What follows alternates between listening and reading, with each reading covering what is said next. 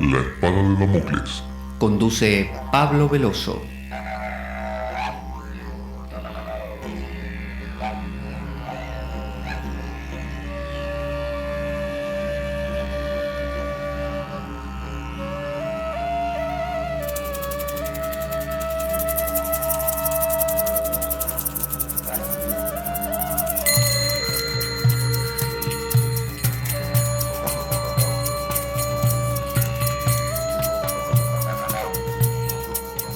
Tal como lo cortés no quita lo valiente, así lo hilarante no quita lo profundo. Y dado que la vida es un juego, aquí comienza La Espada de Damocles. La ficción más real que puedas concebir. La Espada de Damocles es un programa que por mera falta de objetividad cree ser diferente. Personajes mitológicos salidos de los más profundos avernos. Leyendas escabrosas y sin sentido. Curiosidades inquietantes e inútiles.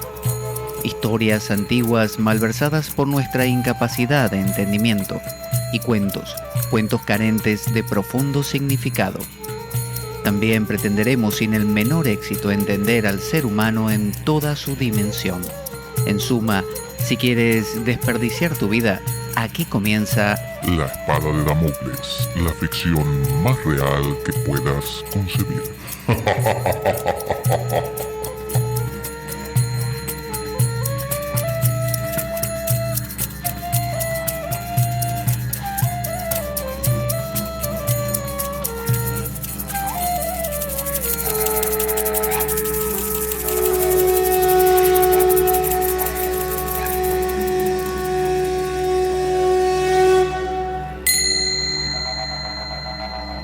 La espada de Damocles.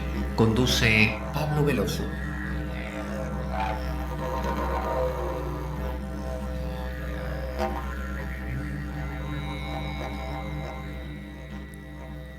Buenas para todos. Aquí estamos en La Espada de Damocles. Quien les habla, Pablo Veloso.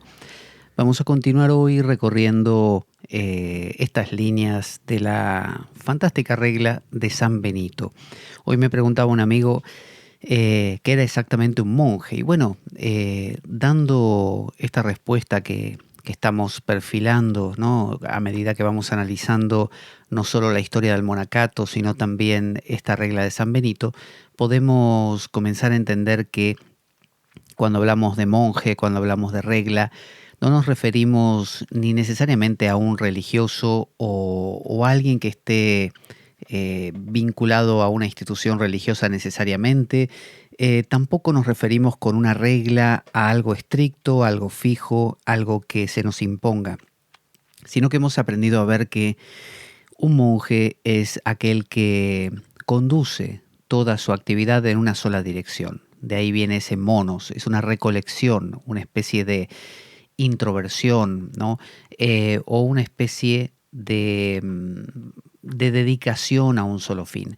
Entonces, la regla no es más que nada, no es más que quizá un hábito, como hemos hablado, un habitar, tal como dice Giorgio Agamben, este filósofo italiano, habitar esta actitud, este abordaje, esta manera de disponerse, ¿no? En la vida. Hay gente que se dispone de una manera divertida, ¿no? Hacia muchas cosas se vierte, y otra se dispone de una manera invertida, invierte, ¿no?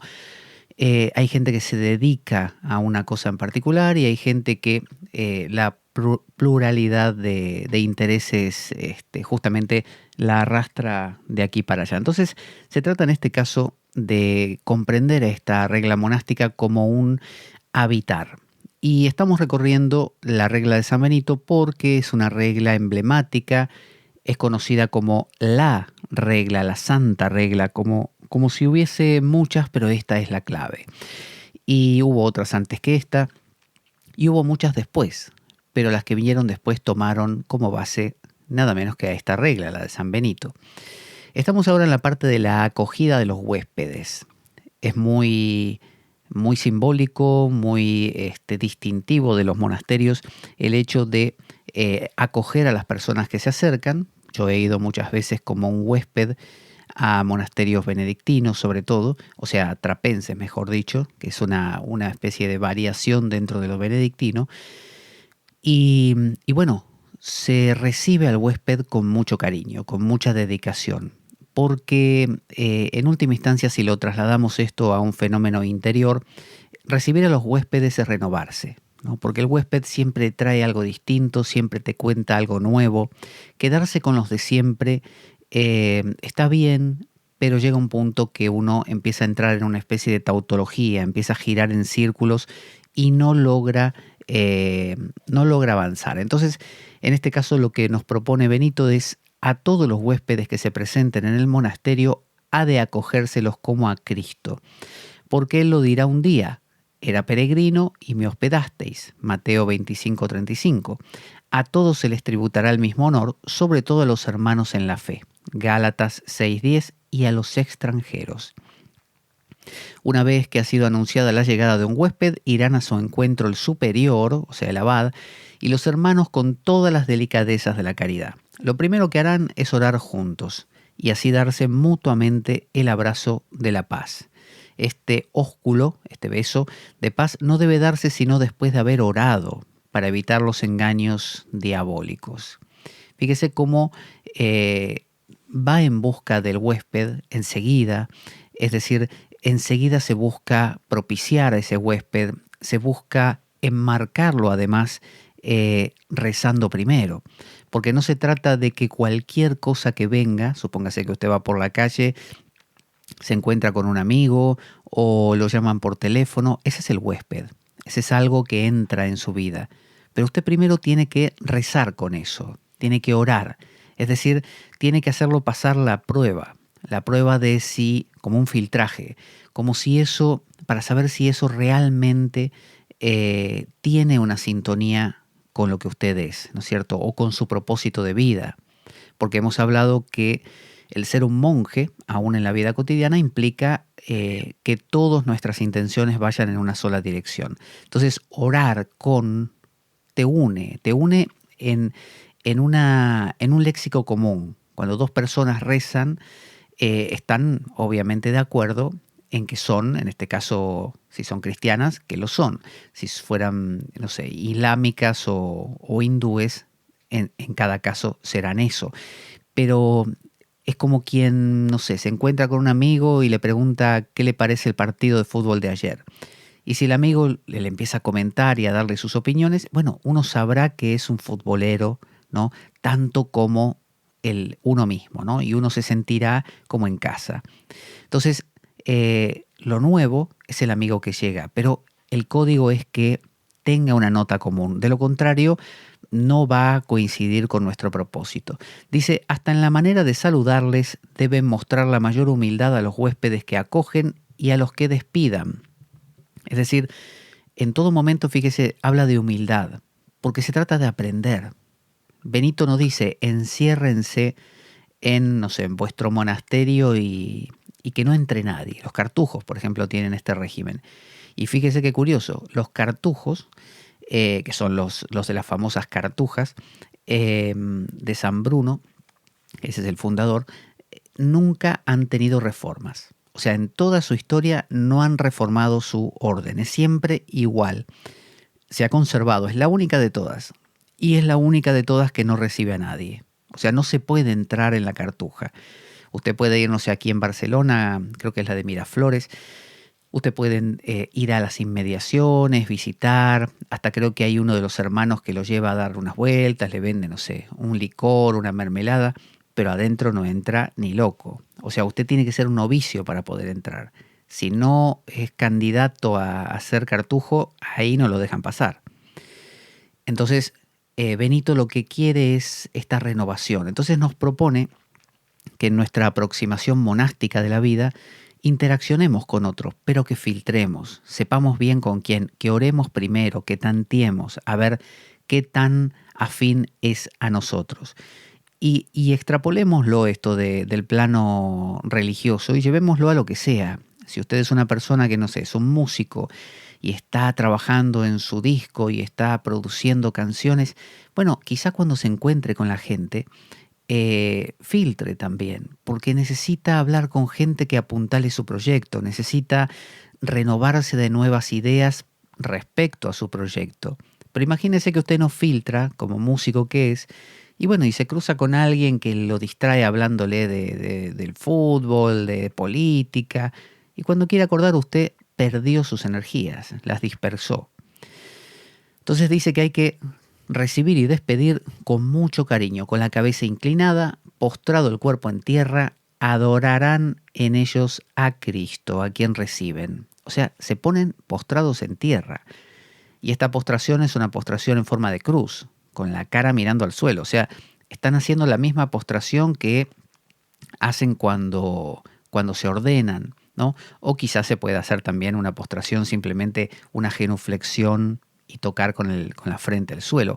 Pero en última instancia es realmente condescender con el otro, decir aquí estoy para aprender. Pero sobre todo, dice, se les dará una acogida especial a los pobres y extranjeros, ¿no? El pobre es siempre aquel que no viene con pretensiones, el que no viene a imponer, ¿no? Es el que viene a pedir. Y en ese pedir hay mucha apertura y en esa apertura hay un gran intercambio, ¿no? En cambio, el que viene como que viene el marqués, bueno, viene ya en pose, ¿no? Y es difícil interaccionar con ese. Y los extranjeros lo mismo, el extranjero es valioso porque trae cosas de otros sitios, justamente. Entonces, colmándoles de atenciones, dice, porque en ellos se recibe a Cristo de una manera particular, pues el respeto que imponen los ricos ya de suyo obliga a honrarlos. Fíjese, los ricos, dice, apenas te encontrás un rico, tenés, es la obligación, ya son las normas. Entonces se da una relación desigual. No sé si le ha pasado de encontrarse con gente, no sé, de alta alcurnia, y usted quizá también lo es. Y bueno, el trato es muy protocolar, ¿no? Pero, y si es desigual y usted es de casta más baja, peor.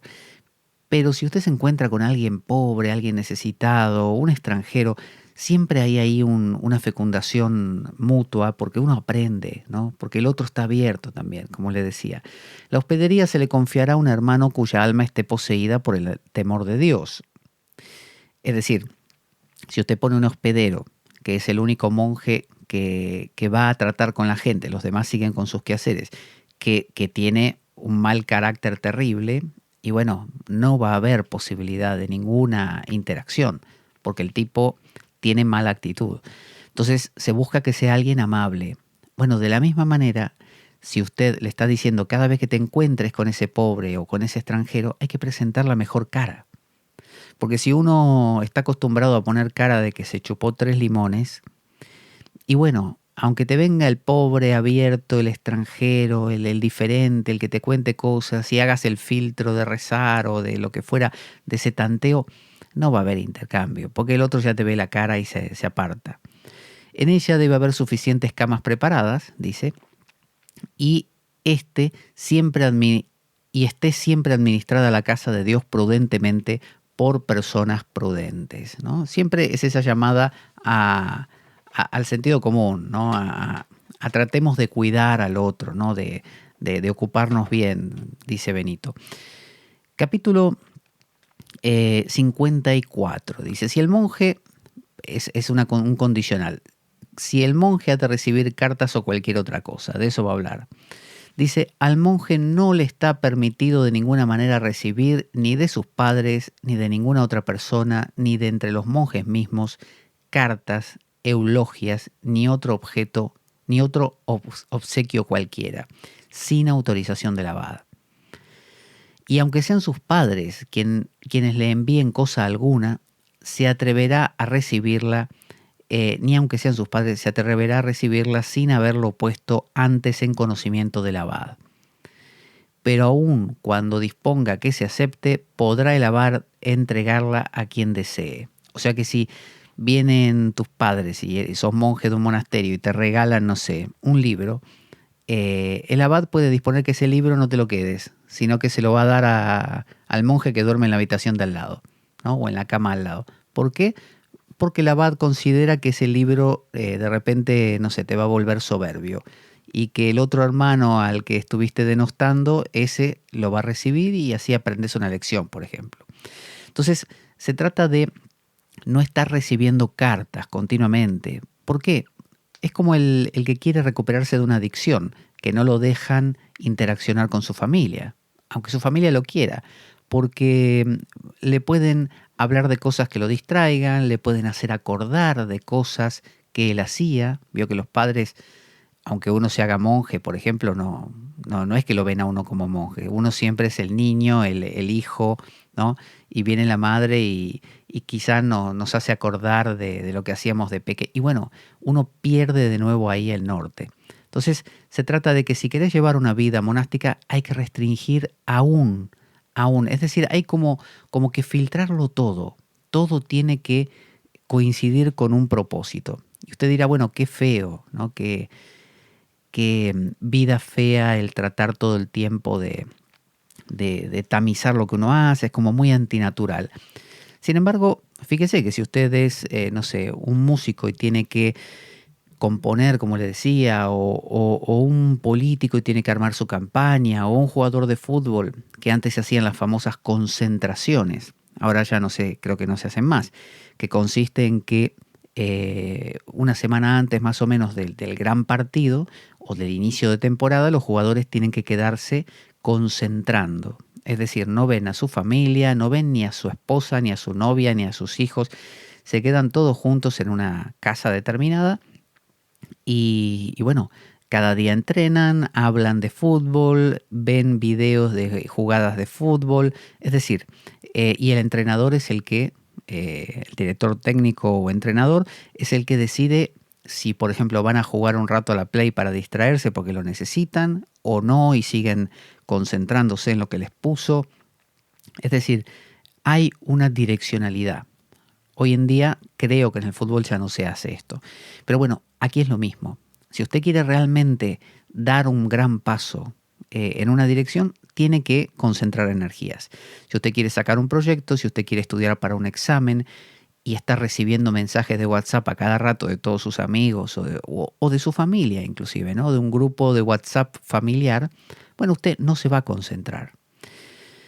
Dice, no se contriste por ello el hermano a quien había sido dirigida. O sea, si te mandaron un libro y se lo dan a tu vecino, no te contristes, no te pongas mal, para no dejar resquicio al diablo, dice. Y cita una cita de Efesios y de Timoteo. Y el que se atreviera a proceder de otro modo sea sometido a sanción de regla, ¿no? O sea que si te pones mal y te quejas que era mi libro, que me lo mandaron mis padres y no sé qué, bueno, ahí te aplican el sistema que hablamos antes. Luego, capítulo 55, la ropa y el calzado de los hermanos. O sea, ¿qué hay que ponerse? ¿Cómo hay que vestirse? ¿Hay que andar, no sé, de ropa deportiva o qué? Ha de darse a los hermanos la ropa que corresponda a las condiciones y al clima del lugar en que viven, pues en regiones frías se necesita más que en las templadas, y es el abad quien ha de tenerlo presente. Fíjese, aquí, de nuevo, Benito dice, depende del lugar. O sea, si tenés el monasterio en medio del Sahara, no te vas a andar vistiendo con ropa de abrigo.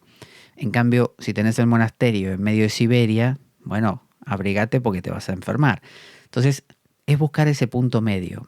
Aquí pasa lo mismo. Si usted hablamos de qué ropa, ¿no? Y la vestimenta es no solamente, ahora llevándolo a un plano cotidiano, la vestimenta no es solamente la tela que te pones arriba de la piel. Vestirse es revestirse. Y un coche que se muestra a los demás, ¿no? Es parte de nuestra vestimenta. Y el perro que tenés, y la piscina que tenés, y el tipo de casa que tenés, y lo que sea que uno adquiera, ¿no? Inclusive un título que uno cuelga en la pared, son todas posesiones, ¿no? A veces hasta el amor de alguien. Entonces lo que te está diciendo aquí es, usa la ropa que te sirva para su fin, que es protegerte del frío, y adaptada al lugar, punto. Esto quiere decir, en la vida cotidiana, si necesitas comprarte 2 coches, porque uno es para transportarte y el otro es para tu empresa, bueno, compra 2. Pero si te estás comprando un segundo coche porque es el deportivo que lo querés para mostrar los fines de semana, bueno, no. Te está diciendo no. Porque ahí no estás cubriendo una necesidad básica. Estás excediéndote por una cuestión de que quieres pavonearte.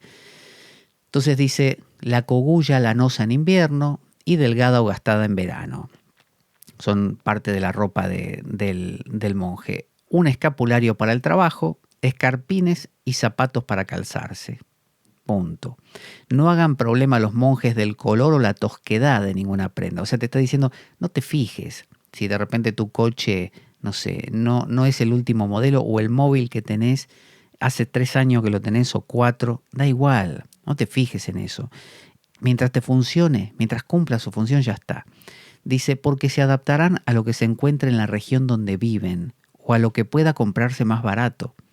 Pero el abad hará que lleven su ropa a la medida, que no sean cortas sus vestimentas, sino ajustadas a quien las usa. Es decir, pese a todo, si uno tiene, no sé, el móvil de hace 4 años atrás y no lo cambió porque no lo considera justificable, por otro lado tiene que ver que funcione. Si ese móvil ya no funciona, bueno, no tiene sentido, porque más que beneficio va a traer problemas. Entonces, está diciendo lo mismo. Hay que ajustar todo a que sea funcional. Punto, ¿no? Pero los lechos, dice, deben ser inspeccionados con frecuencia. Recuerda que yo estoy seleccionando fragmentos, porque por ejemplo habla de los que van a salir de viaje, que recibirán calzones en la ropería y los devolverán una vez lavados, todo eso. Pero en este caso vamos a otra parte interesante. Pero los lechos, las camas, deben ser inspeccionados con frecuencia por el abad, no sea que se esconda en ellos alguna cosa como propia. O sea, es como en la cárcel, veo que le revisan debajo del colchón, porque uno puede tener ahí, en la cárcel pueden ser drogas, pueden ser un objeto de agresión a los demás, como un cuchillo. Bueno, el monje puede meter ahí algo, lo que sea, no sé, que se lo quedó. El monje no debe tener nada propio. Entonces, aquí es lo mismo. Los monjes, recordemos, son nuestros pensamientos. ¿Y qué tienen? ¿Con qué los vestimos a nuestros pensamientos, ¿no? ¿Qué guardan? Bueno, a veces un pensamiento usted no se da cuenta y empieza a guardarse dentro de sí, no sé, un rencor o un buen recuerdo, ¿no? Un buen recuerdo lo empieza acariciadamente a guardar, y es ese mismo recuerdo, el bonito, el que luego le va a traer problemas, porque o bien no va a disfrutar otro placer inferior. Por ejemplo, usted recuerda las vacaciones en no sé dónde todo el tiempo, y cuando vuelva a ir al mismo lugar, claro, comparado con el recuerdo que ya está totalmente distorsionado, lo que usted va a ver no tiene ni comparación, es horrible. Entonces, se trata de no andar guardando cosas, y por eso hay que revisar. O sea, de vez en cuando hay que revisar debajo de la cama, debajo del colchón. De vez en cuando usted tiene que hacer una especie de revisión de sus pensamientos, a ver qué le está quedando ahí guardado, porque eso le va a traer problemas. Por eso dice, para extirpar de raíz este vicio de la propiedad, dará a cada monje lo que necesite. Es decir, hay que preguntarle a cada pensamiento, ¿qué necesitas? Bueno, necesito espacio, vale, si es necesario, aquí dice, o sea, cogulla, túnica, escarpines, calzado, ceñidor, cuchillo, estilete, aguja, pañuelos y tablillas. Y así se elimina cualquier pretexto de necesidad. O sea que si vienen después y dicen, es que necesito, no, ya tenés todo. O sea, si me lo venís a pedir es porque querés algo más, no necesitas algo más. Y si lo necesitas, hay que justificar por qué. Capítulo 58. La admisión de los hermanos. Esto es importante. O sea, hermanos nuevos. ¿A cuál aceptamos? O sea, ¿qué pensamientos nuevos aceptamos entrar a nuestra mente? ¿Con qué criterio? Cuando alguien llega por primera vez para abrazar la vida monástica, no debe ser admitido fácilmente. Esta es la clásica de Benito, que dice que hay que dejarlo afuera al tipo, no dejarlo entrar, hacerlo pasar frío, decirle que esa vida no es para él, cosa que se pruebe su tenacidad. Si el tipo afloja es porque no le interesaba. Porque dice el apóstol, dice, someted a prueba a los espíritus para ver si vienen de Dios. Esto es primera de Juan 4:1. Por eso, cuando el que ha llegado persevera llamando y después de 4 o 5 días parece que soporta con paciencia las injurias que se le hacen, o sea, hay que injuriarlo. Como le digo, no, vos no servís para nada, esta vida no es para vos, tenés que hacer una vida más cómoda, esto, lo de monje no se te ve a la legua que no das la talla y demás. Y las dificultades que se le ponen para entrar. ¿no? Es decir, no podés entrar porque sos ya muy grande, o porque sos muy joven, o porque llevas una vida muy cómoda, o porque tenés, no sé, familia, o por lo que sea. Dice, y si sigue insistiendo en su petición, Lucas 11:8, debe concedérsele el ingreso. Y pasará unos pocos días primero en la hospedería. O sea, fíjese, primero al pensamiento nuevo que entra en nuestra mente, usted tiene un pensamiento que le aparece. Mira, tal cosa. ¿Qué hay que hacer? Bueno, primero rechazarlo a priori, ahí, fuera. No entras. Si el pensamiento realmente tiene un interés en entrar en nuestra vida, hay que examinar por qué, para qué, y si tiene ganas de vivir nuestra vida, ¿no? No si tiene ganas de venir con ideas ajenas, como le contaba, que sin tamizar ideas que no coinciden, ¿no? Entonces, no coinciden no porque no sean un clon, no se trata de que el que venga tenga que ser un clon, sino no habría fecundación, no habría renovación. Tiene que haber diferencia, pero una diferencia dentro más o menos de lo mismo. Luego se les llevará al lugar de los novicios, donde han de estudiar, comer y dormir. Se les asignará un anciano apto para ganar las almas, que velará por ellos con la máxima atención, ¿no? Es decir, un anciano que está preparado para básicamente convencerlo, ¿no es cierto? Se observará cuidadosamente si de veras busca a Dios. O sea, pese a todo esto hay que ir mirándolo. Si usted ve que ese pensamiento, usted ve que tiene algo raro y que trae algo detrás, ¿no? Escondido y que tipo caballo de Troya, usted ya sabe que no. Si pone todo su celo en la obra de Dios, en la obediencia y en las humillaciones, díganle de antemano todas las cosas duras y ásperas a través de las cuales se llega a Dios. Si promete perseverar al cabo de 2 meses, se le debe leer esta regla íntegramente y decirle, esta es la ley bajo la cual pretendes servir. Si eres capaz de observarla, entra, pero si no, márchate libremente. Si todavía se mantiene firme, llévenle al noviciado y sigan probando hasta dónde llega su paciencia, o sea, más todavía. Segunda de Timoteo 4:2. Seguramente estas pruebas tienen que ver con andar a limpiar los baños, todos salimos a charlar y vos te quedás acá adentro y cosas así. Al cabo de 6 meses, léanle otra vez la regla, para que se entere bien a qué entra en el monasterio. Si aún se mantiene firme pasados otros 4 meses, o sea, fíjese cómo pasa el tiempo, vuélvase a leerle, dice de nuevo la regla. Y si después de haberlo deliberado consigo mismo, promete cumplirlo todo y observar cuanto se le mande, sea entonces admitido en el seno de la comunidad. Pero agrega, pero sepa que conforme lo establece la regla, a partir de ese día ya no le es lícito salir del monasterio ni liberarse del yugo de una regla que después de tan prolongada deliberación pudo rehusar o aceptar. O sea, se le dice, mirá que si ya que lo pensaste tanto y tomaste esta decisión, no se trata de que ahora te puedas ir del monasterio. Acá adentro te quedas, ya hiciste la promesa, no hay vuelta atrás. Veamos, a ver, ¿dónde estamos?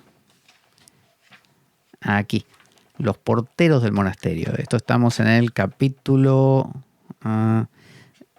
esto sería 66, ¿no? Números romanos, siempre hay que andar sumando o restando. Los porteros del monasterio. Aprovecho, antes de iniciar ese inciso, les recuerdo, nuestro programa La Espada de Damocles carece de sustento económico externo. Esto significa que no hay un sueldo ni una ganancia por hacer este programa. Por lo tanto, si quiere colaborar con él, puede hacerlo escribiéndome a pablojorgeveloso@gmail.com y a través de ese escribirme, yo puedo pasarle el número de cuenta del programa, cuenta bancaria o de PayPal, según viva dentro o fuera de España. Y de esa manera puede hacer una colaboración que puede ser súper mínima, mediana, grande, la que pueda, la que quiera, todo sirve, porque el fin es conseguir bibliografía que no solamente es la que se trabaja en el programa, sino bibliografía de apoyo para lo que vamos tratando. Así que muchas gracias de antemano por ello. Póngase a la puerta del monasterio un monje de edad y discreto, que sepa recibir un recado y transmitirlo y cuya madurez no le permita andar desocupado. O sea, el portero, ¿cuál es el problema del portero? Y el portero es el que puede contaminarse, el que está en la puerta y enseguida tiene que llevar los mensajes. Es decir, es nuestra actitud hacia el mundo. Si usted, en lugar de ser monje en el sentido religioso, es monje, o sea, está unificado en el sentido de, no sé, de estudiar para sacar una materia y rendir un examen, bueno, el portero es su actitud hacia los demás, ¿no? Hacia el posible otro que tiene otras intenciones y que usted tiene que ser amable con ese para justamente no generar un problema y no distraerse, pero traer las noticias. Este portero debe tener su celda junto a la puerta para que cuantos lleguen al monasterio se encuentren siempre con alguien que les conteste. En cuanto llame a alguno o se escuche la voz de un pobre, responda Deo gratias o Benedictus. Y con toda la delicadeza que inspira el temor de Dios, cumpla prontamente el encargo con ardiente caridad. Luego dice, si a un hermano le mandan cosas imposibles, o sea, ¿qué pasa cuando le dan a uno tareas que no puede realmente llevar a cabo, ¿no? Esto es el capítulo 68. Dice, cuando a un hermano le manden alguna vez obedecer en algo penoso para él o imposible, supónganse que a uno le mandan, no sé, a dar una clase frente a los demás hermanos de la historia del monacato. Y resulta que el tipo es lo más introvertido que hay, no sabe hablar, le da mucha vergüenza. Entonces dice que el monje debe acoger la orden que le dan con toda docilidad y obediencia. O sea, no debe decir que no. Pero si ve que el peso de lo que le han impuesto excede totalmente la medida de sus fuerzas, exponga al superior con sumisión y oportunamente las razones de su imposibilidad, excluyendo toda altivez, resistencia u oposición. O sea, no ir ahí así como agrandado, como soberbio, como diciendo, esto yo no lo puedo hacer. No, decir, mire, lo voy a hacer igual, la mejor manera posible, pero no tengo habilidades para esto, probablemente no salga tan bien como debería, quizá otra persona sería más idónea. Esto tiene que ver también con qué actividades elegimos. Es decir, a veces uno se expone a actividades que no son para uno, ¿no? Y uno acaba haciéndose más daño que bien. Entonces saber o bien delegar a otras partes de uno que tienen más habilidad en otras cosas, pero no en eso, o delegar a terceros, ¿no? A otras personas. Dice, mas si después de exponerlo el superior sigue pensando de la misma manera y mantiene la disposición dada, debe convencerse el inferior que así le conviene. Y obedezca por caridad, dice, confiando en el auxilio de Dios. O sea que si te toca, no sé, eso, dar una charla en tu empresa para no sé qué, y uno dice, no estoy preparado, y no hay forma de que se derive a otro, no hay forma de que no se haga, bueno, uno lo hace de la mejor manera posible. Esto lo que evita son los problemas. Porque si no, si uno estuviera diciéndose todavía, no, pero esto yo no lo debo hacer, no lo voy a hacer, no, me resisto, generaría más tensión. Y todo lo que busca la regla es minimizar las posibilidades de tensión innecesaria, ¿no? Entonces, dice capítulo 71, dice, la obediencia mutua. El bien de la obediencia no solo han de prestarlo todos hacia el abad, o sea, no son todos los pensamientos, sus pensamientos hacia su ego, porque también han de obedecerse los hermanos unos a otros. O sea, está diciendo, esto no es piramidal, no es una pirámide, que siempre hay que obedecer al superior. No, entre ustedes, entre iguales, seguros de que por este camino de la obediencia llegarán a Dios. Tienen preferencia los mandatos del abad o de los prepósitos, que es el segundo después del abad, por él constituidos, mandatos a los cuales no permitimos que se antepongan otras órdenes. Por lo demás, obedezcan todos a los inferiores. Bueno, a ver, me estoy liando. Por lo demás, obedezcan todos los inferiores a los mayores con toda caridad y empeño. Si alguno es un porfiador, o sea, alguien que porfía, que dice, no, pues esto no es así, y a mí no me mandes, y a mí no me gusta, sea castigado, dice. Entonces, cuando perdón, era hasta ahí nada más, había seleccionado ese fragmento. Entonces se trata de obedecer entre nosotros. O sea, no necesariamente que el que tiene una posición de poder, a ese solo hay que obedecerlo, sino que quizá el otro pensamiento tuyo también tiene razón y tiene mucho para contarte. No se trata solo de lo que uno mismo piense como promotor de un tipo de vida determinado. No, a veces los propios pensamientos te enseñan una tristeza, un miedo, el que menos pensabas, ¿no? Así como las personas, a veces el que menos pensamos nos da una lección. Dice capítulo 72, del buen celo que deben tener los monjes. Si hay un celo malo y amargo que separa de Dios y conduce al infierno, hay también un celo bueno que aparta de los vicios y conduce a Dios y a la vida eterna, ¿no? Celo es como la intensidad en el esfuerzo, ¿no? La intención, las ganas de, ¿no?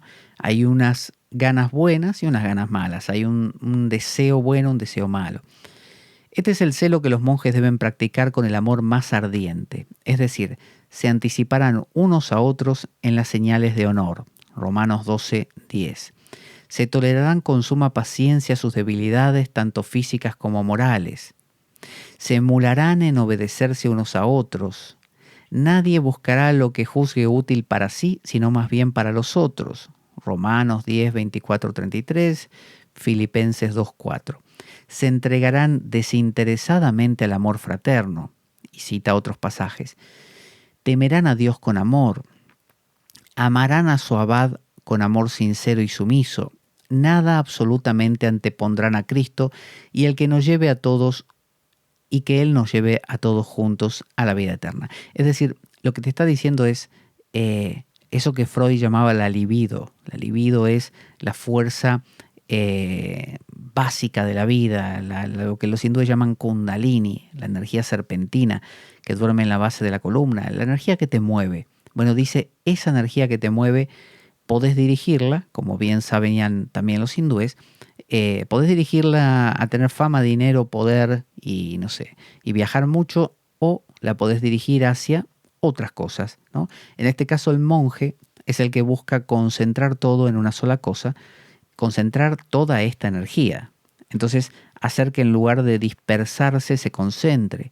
Por lo tanto, te dice, ese celo, que es el mismo que usarías para querer salirte con la tuya, volcalo en otra dirección. Y la dirección es la dirección colectiva.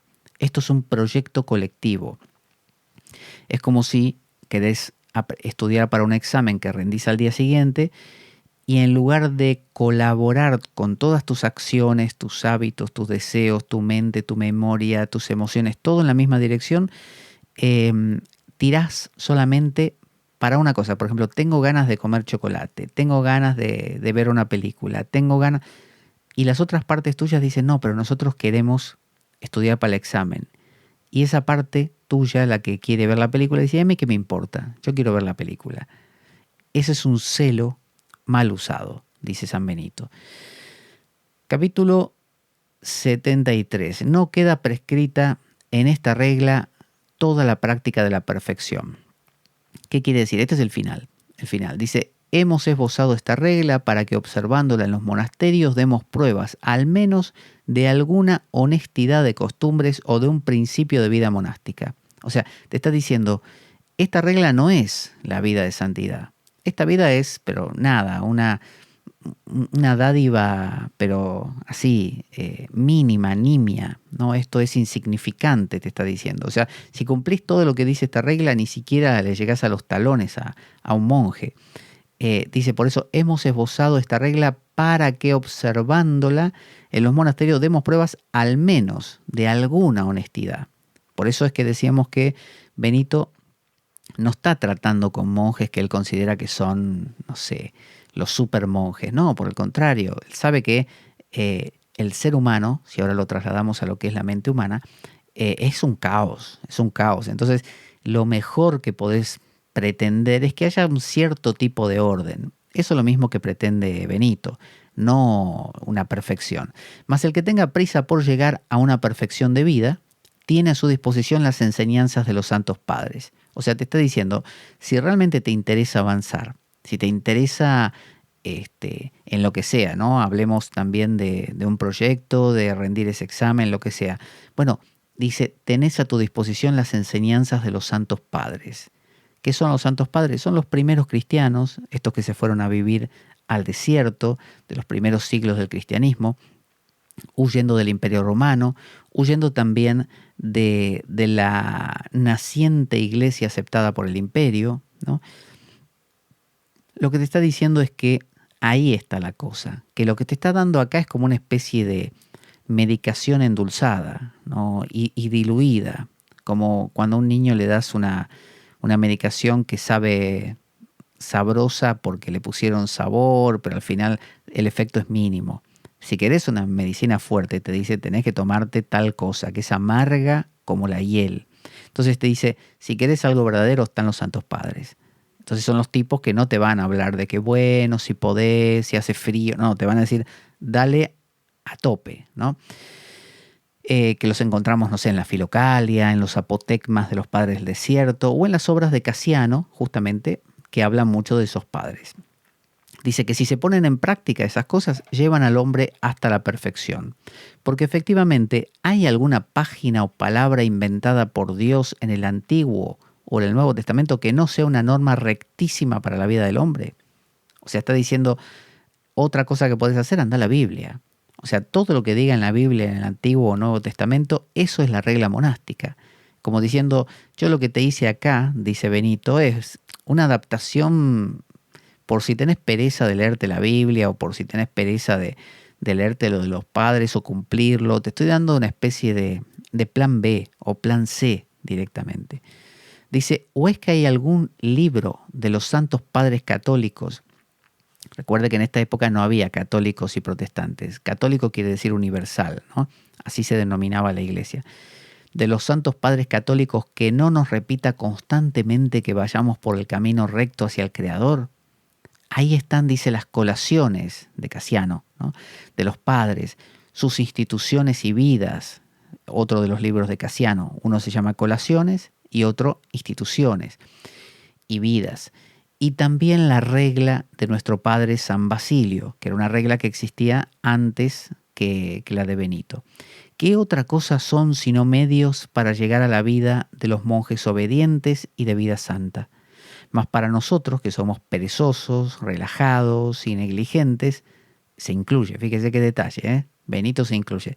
No dice ustedes, vosotros.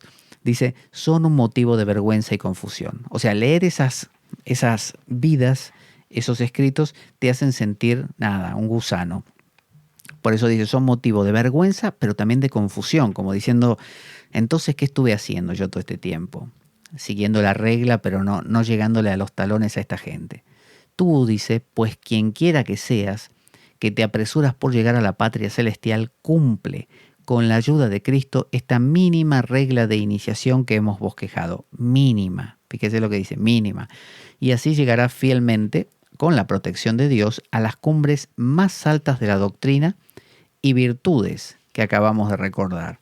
Amén, dice. Ahí termina. Hemos recorrido hasta aquí toda la regla de San Benito, pero bueno, haciendo selecciones porque si no sería larguísima. No es muy larga en sí, es decir, en este libro ocupa, mire, estoy en la página ahora mismo, espere que voy a mirar de dónde empezó, página 93, pero después de la introducción sería, mire, empezó básicamente en la página 30, empezaba la regla misma. Y termina en la 93. O sea que son 60, más o menos 60 páginas. En estas 60 páginas está toda la regla. Toda la regla. O sea que no es larga, no es larga. Así que una regla monástica, hemos aprendido, es un texto que refleja una manera de vivir monacal, una manera de vivir concentrada en un punto, como flecha que se dispara hacia una diana. Entonces se trata de no algo que te impones porque, no sé, como si fuera un código legal, sino algo que uno naturalmente siente que es el comportamiento natural, espontáneo de alguien que está en ese camino. Es como si yo quisiera rendir un examen mañana y me leyera una regla que dijera, aquel que va a rendir un examen al día siguiente deberá cuidarse de no charlar con los amigos, no ver televisión, no andar ahí con el WhatsApp y cosas así. O sea, uno diría, bueno, ya sé, eso es de sentido común. Exactamente. Esa es la conducta de aquel que probablemente apruebe el examen el día siguiente. Pero si uno hace lo contrario, bueno, justamente no lo aprobará. Entonces la regla refleja las características de alguien, las más básicas. Fíjese que San Benito no dice, esto es tocar el cielo con las manos. Te está diciendo, esto es lo más básico. O sea, no te estoy pidiendo nada extraordinario, dice San Benito. Te estoy pidiendo lo más simple del mundo. La regla de San Benito, como decía, no es la única.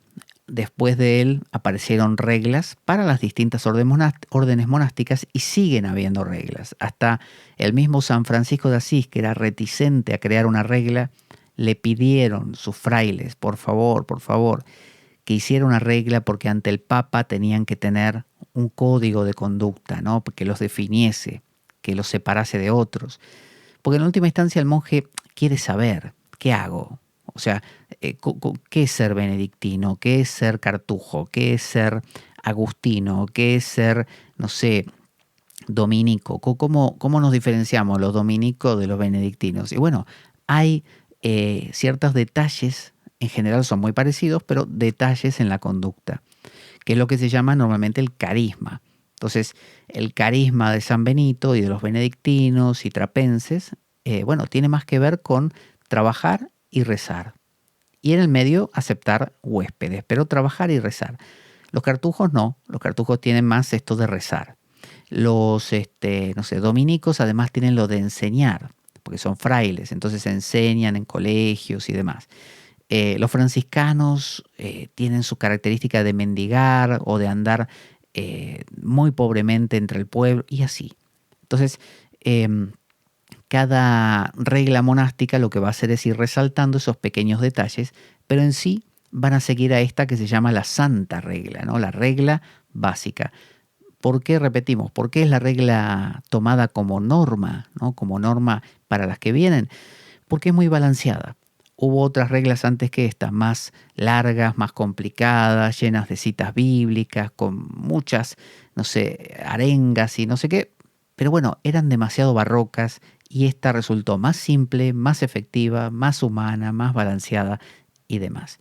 Así que bueno, Benito de Nursia, 480 de nuestra era, después de Cristo, ahí vivió él, creó esta regla y la hemos recorrido para conocerla, pero sobre todo lo más importante para ver cómo la podemos extrapolar, ¿no? Para los tiempos que corren, no pensando solamente en algo que es propio, que es anacrónico, que es propio del 480 o que es propio inclusive, aunque se creen reglas hoy en día para los monasterios o conventos, sino que es algo que lo podemos aprovechar, porque hasta, no sé, uno toma Einstein.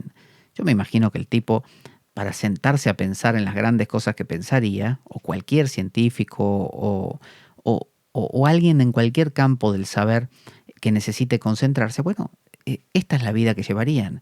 Si usted tiene un gran científico que tiene que sacar adelante un proyecto, no sé, inventar algo, profundizar, descubrir, investigar, bueno, tendrá que postergar otras cosas, que es lo que suele pasar. La gente que tiene mucho celo, mucha pasión, a veces hasta su familia los acusa de no estar, de estar todo el tiempo estudiando, todo el tiempo dedicados a sus grandes cosas, olvidándose, postergando otras. Bueno, esa es la vida del monje extrapolado a lo que sea.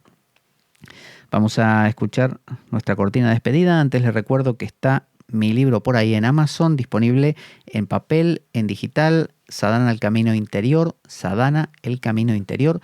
Y bueno, en este mes seguramente perfilaré un libro que recopila ensayos que he escrito a lo largo del tiempo y otro que será la segunda parte de este que está en curso. También están los cursos, justamente, que doy regularmente. Son de distintos temas que van desde el tarot, abordado desde un punto de vista de arquetipos, es decir, como un camino de aprendizaje. También el oráculo Lenormand. También cursos de temas que solicita cada oyente, que de repente alguien me dice, mira, quisiera que que recorramos juntos, no sé, el Yoga Sutra de Patanjali o no sé, o el Vedanta hindú o lo que fuera, ¿no? Cualquiera de los temas que usted sabe que hablamos en el programa. Y simplemente lo hacemos por Skype de forma individual.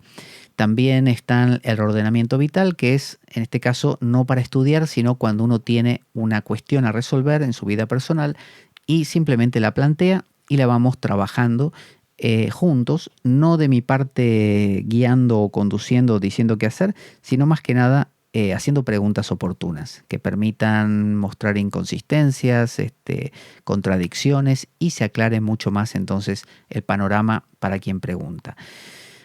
Para todo esto, pablojorgeveloso@gmail.com. Vamos a nuestra cortina ya para despedirnos. Yo soy Pablo Veloso. Esto es La Espada de Damocles. Buena vida para todos. Buena semana y... ¡Avanti damocleanos!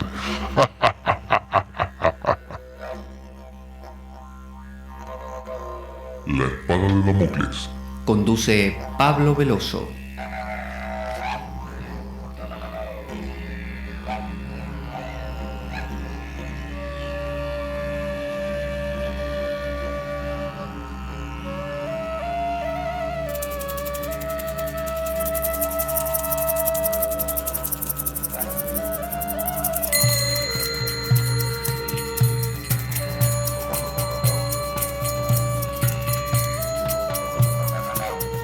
Y dado que la vida es un macabro juego concebido por una mente perversa, únete a nosotros en nuestro próximo programa, cuando escuches las siguientes palabras.